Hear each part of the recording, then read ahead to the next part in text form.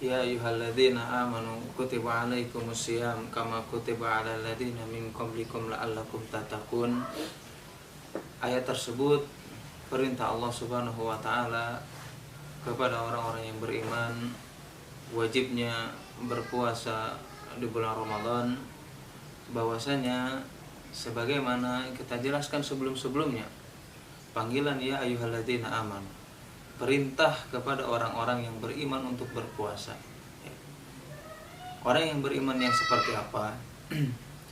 Pertemuan yang telah lalu sudah kita jelaskan bahwasanya konteks kalimat beriman atau ya ayyuhalladzina amanu apabila dijelaskan oleh Allah Subhanahu wa taala berdampingan dengan keutamaan atau kegembiraan atau dengan surga ataupun yang lainnya, maka konteks di situ adalah orang-orang yang beriman yang memiliki keimanan yang tinggi.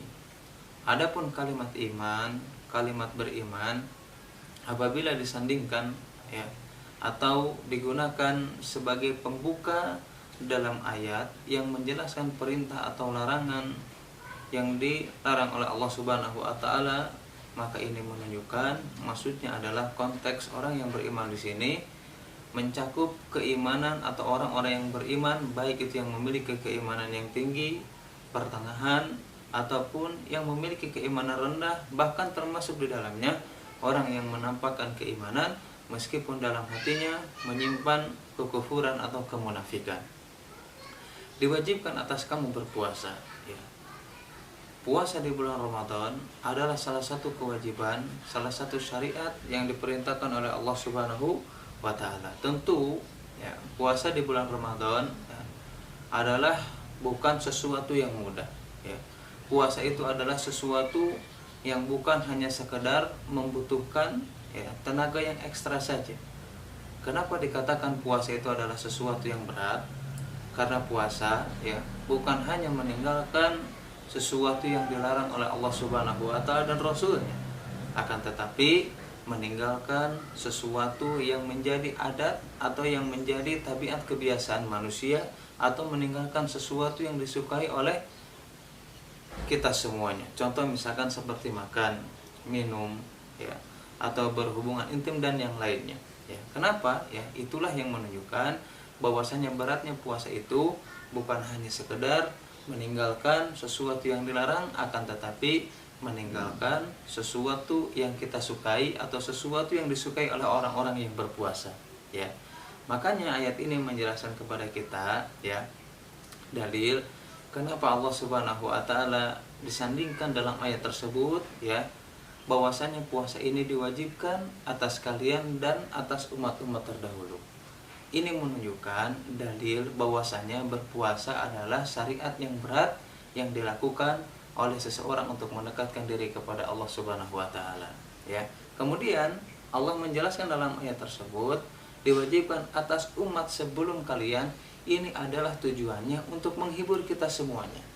Artinya apa? Memiliki dua faedah. Yang faedah yang pertama adalah untuk menghibur kita ketika kita melaksanakan sesuatu yang berat.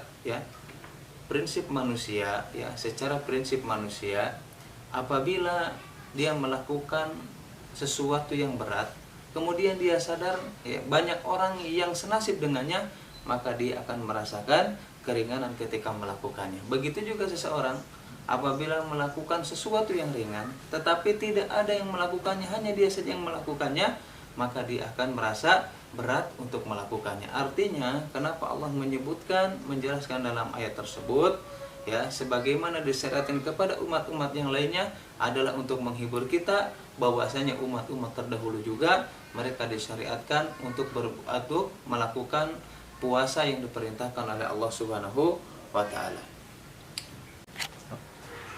Kemudian faedah yang kedua, dari ayat Allah Subhanahu wa taala bahwasanya mensyariatkan kepada umat-umat terdahulu, artinya faedah yang kedua yang bisa kita ambil adalah bahwasanya Allah Subhanahu wa taala memberikan penyemangat kepada orang-orang yang melaksanakan syariat tersebut. Maksudnya adalah Allah menjelaskan seperti itu bahwasanya ingin menjadikan kita manusia terbaik sebagaimana orang-orang yang terdahulu mampu melewati atau menjalankan syariat puasa, dan mereka menjadi orang-orang yang terbaik. Maka ketika menjelaskan sebagaimana syariat orang-orang terdahulu, ingin menjadikan kita menjadi manusia yang terbaik, yang bisa melaksanakan syariat yang diperintahkan oleh Allah Subhanahu wa taala, yaitu berpuasa di bulan Ramadan.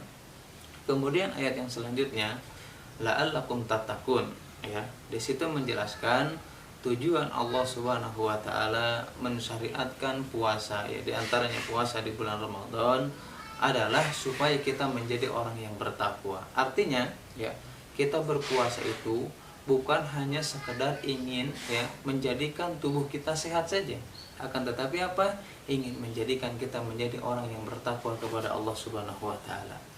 Dan yang dimaksud takwa di sini yang dimaksud takwa di sini adalah supaya kita berlatih, ya, meninggalkan sesuatu yang boleh kita lakukan, meninggalkan sesuatu yang mubah yang boleh kita lakukan, ya, karena dalam rangka mendekatkan diri kepada Allah Subhanahu wa taala. Supaya apa?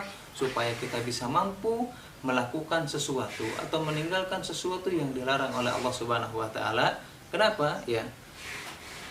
Artinya sesuatu yang boleh saja, sesuatu yang mubah saja bisa kita tinggalkan, apalagi sesuatu yang dilarang, yang diharamkan oleh Allah Subhanahu wa taala. Syekh Abdurrahman As-Sa'di rahimahullahu taala menjelaskan konteks takwa dalam ayat tersebut adalah diharamkannya orang yang berpuasa melakukan makan dan minum atau berhubungan biologis dan yang lainnya, ya, mengharapkan atau dengan dalam rangka mendekatkan diri kepada Allah Subhanahu wa taala, padahal sesuatu yang dia tinggalkan adalah sesuatu yang dibolehkan dalam syariat Allah Ta'ala.